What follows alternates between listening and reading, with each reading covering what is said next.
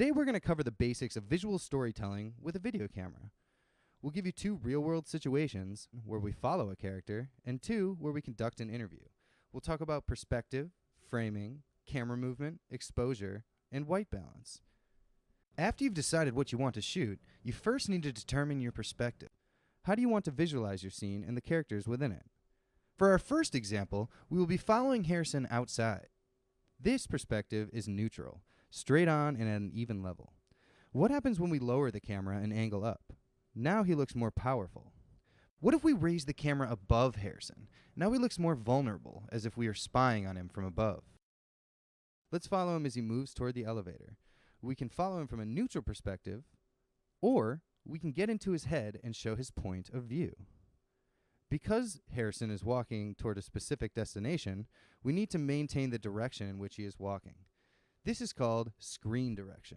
If, in the first shot, Harrison walks right to left, he must enter into the next frame walking right to left, and maintain that direction until we see him from a neutral perspective or we see him turn around. Watch what happens if he walks into the elevator from left to right after the right to left shots.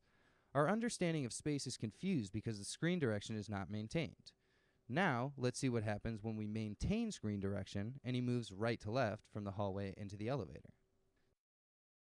If Harrison bumps into a colleague, we need to make sure to maintain continuity in their conversation. In this situation, Harrison should always be looking towards screen left, while OPME should always be looking towards screen right. If they both look in the same direction, it appears as though they are talking away from each other, or to a third person. If their direction changes between shots, it looks like they are talking to themselves. Now that we've discussed where to position the camera, we can talk about framing. Here, you decide where to place characters and objects on screen.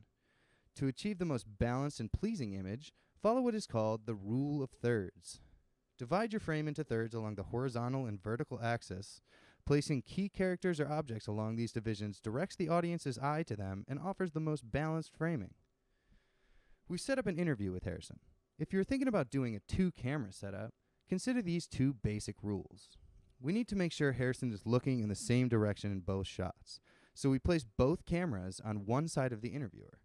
The camera should stay on one side of the action so the cuts don't disorient the viewer. Oftentimes, students will put the subject in the wrong third of the frame, so they are looking, walking, or talking directly toward the edge of the frame. Another common mistake is to give your subject too little or too much headroom.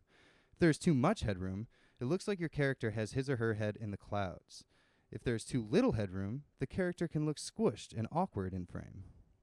In most of the shots you've seen so far, the camera's been on a tripod. The tripod is useful for maintaining a steady image and allows for smooth pans and tilts. When you handhold the camera, you have the ability to move with the characters and pull the audience into the scene. If you don't have a tripod, you can always use your surroundings to support your handheld camera. Exposure and white balance are 2 more topics to consider when telling your story. Exposure determines the amount of light that enters the camera and the brightness of your image, and white balance determines the color temperature that the camera needs to make white look white. If we want to interview Harrison next to this pretty window, we have to decide between exposing for Harrison or exposing for the view outside the window. Watch what happens in each situation. In order to properly expose for both, we would need the same amount of light on Harrison as there is on the Manhattan skyline.